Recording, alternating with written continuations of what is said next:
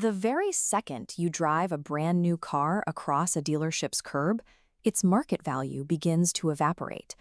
On average, a new vehicle loses roughly 15 to 25% of its value the day it's purchased. Within 5 years, that drop often hits 60%. Because vehicles are depreciating liabilities rather than appreciating assets, every dollar spent on loan interest and registration is capital that will never generate a return. Understanding this rapid loss of value is the only way to treat a car as a practical tool for transportation rather than a drain on your personal wealth. Dealerships rely on a specific psychological shift. They move your focus away from the total purchase price and toward a manageable monthly payment. Deciding between a lease and a loan forces a trade-off between immediate lifestyle flexibility and eventual ownership of the asset. This is similar to the choice between renting an apartment and buying a home. Leasing provides low upfront costs and mobility, while buying carries the risk of repairs in exchange for building equity. To find the correct financial path, you have to map the math of both options against your actual real-world driving habits. Success in this decision means identifying whether you value the predictable cash flow of a rental or the long-term freedom of owning your property outright. Leasing functions as a subscription for the vehicle's most reliable years. You are paying for the privilege of using the car while it is under its original warranty. This model allows for a significantly lower down payment, often $0, which keeps your immediate savings intact and available for other investments. Monthly payments are lower because you only finance the predicted depreciation over a 2 to 3 year window. In exchange, you get a new car with modern safety tech and full repair coverage. However, that convenience is tied to strict mileage caps. Exceeding your 10 or 15,000 mile limit can result in penalties of 25 cents for every extra mile driven. You also face potential charges for minor dents or interior stains upon return. Ending the contract early is even more difficult, often requiring you to pay the remaining balance in full.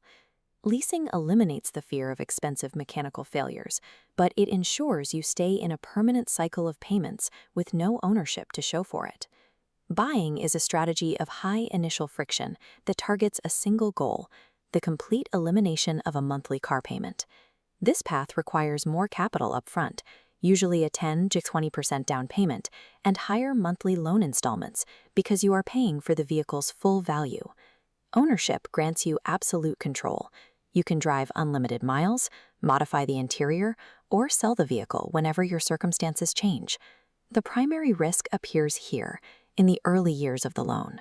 If the car depreciates faster than you pay it off, you fall into negative equity, where you owe the bank more than the car is worth. You also take on the long-term maintenance burden. Once the warranty expires, every engine or transmission repair is a direct hit to your personal budget. While buying leaves you vulnerable to repair costs and market shifts, it remains the only method for turning a monthly expense into a tangible asset. Baseline cost calculations often fail because they ignore the invisible operating costs mandated by the fine print. Because the leasing company still owns the vehicle, they require you to carry higher insurance coverage limits, which can noticeably increase your monthly premiums. However, business owners can often deduct these lease payments as an operating expense, potentially reclaiming a significant portion of the cost through tax savings. This deduction requires a legal log of business use miles, making it a powerful tool for those who use their vehicle primarily for professional travel. Failing to account for these insurance hikes or tax loopholes will lead to an inaccurate comparison of the two models. In short, leasing is a method for outsourcing depreciation risk, while buying is a method for building equity by assuming that same risk. We can map these variables to your specific life. This flowchart identifies the logical choice based on how you drive. If your mileage is low and you prefer fixed costs and a warranty, leasing matches your profile. For long commutes and a desire to stop making payments, buying is required. The goal is not to find a best option, but to find the one that aligns with your actual driving patterns. You are a strong candidate for leasing if you drive under 12,000 miles per year and prioritize having the latest safety features every 36 months.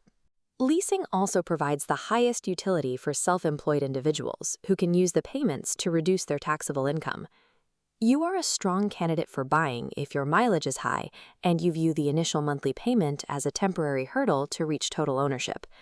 To maximize this path, you must be willing to hold the car for 7 to 10 years, past the point the loan is fully paid. Financial friction occurs when a driver's profile is mismatched, like a high-mileage commuter trapped in a restrictive lease. While most people debate leasing versus buying a new car, financial experts often utilize a third strategy that carries the lowest total cost. This involves purchasing a reliable 2 to 4-year-old vehicle that has already lost its most expensive years of value. This allows a previous owner to absorb that initial 40% depreciation hit, leaving you with a modern vehicle at a significant discount. The result is exactly what long-term planners look for: a reliable vehicle with the heaviest depreciation behind it. I am Fiona, and you are watching the Roadmap channel. Don't forget to subscribe and like. See you soon.